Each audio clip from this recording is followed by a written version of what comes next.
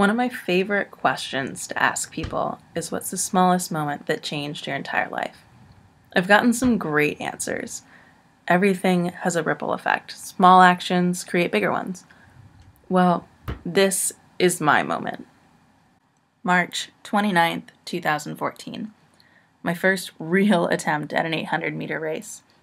I wish I could say I went on to win and had this glorious, life-changing victory. But in reality, I raced my heart out and got beaten with about 25 meters to go. When people ask me why I quit the soccer team as a senior, missing out on my third year as a starter and my second as a captain, I wish I could show them how I felt in this moment. When I race, and I mean really race, it's almost like I'm not even in my own body. It goes beyond runner's heights, complete peace and freedom.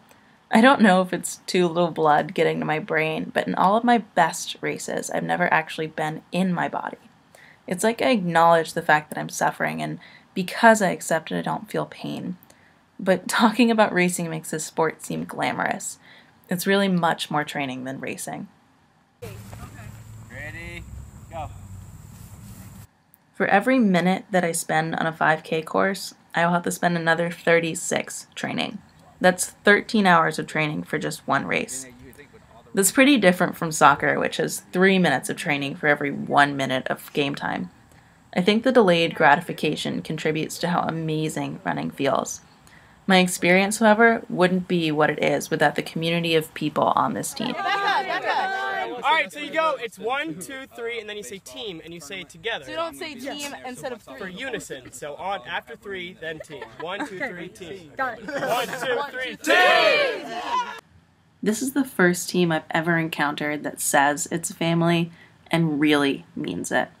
There's no other group of people I'd rather run through winter storms and mile repeats with. Some of us started running as kids, but for every athlete that started early, there was one that started late. Running found us in our former sports: football, dance, swimming, triathlons, lacrosse, and yes, soccer too. We're an unusual bunch, but in my time here on this island of misfit toys, we've had All-Americans, all ODAC winners, conference medalists, a Rookie of the Year. We don't have practice uniforms. The women's team just got a locker room, and the men's team still doesn't have one. We take a lot of vans to races, and not a lot of buses. Our uniforms aren't those nice Nike or Under Armour kits like the other Guilford teams have. We don't have a track on campus, so hardly anyone comes to our meets, but I'd still say we're doing pretty well for ourselves. Besides, I always kind of liked being the underdog. Who else joins a new sport at 19 and then again at 21 with any hope of being competitive? The 5 school records I've broken so far speak for themselves, but at the end of the day, that's not what it's about. That's not why I run for Guilford College track and field and cross country. This is about leaving behind who I thought I was as an athlete. It's about how it feels turning that last corner and finally seeing the finish line.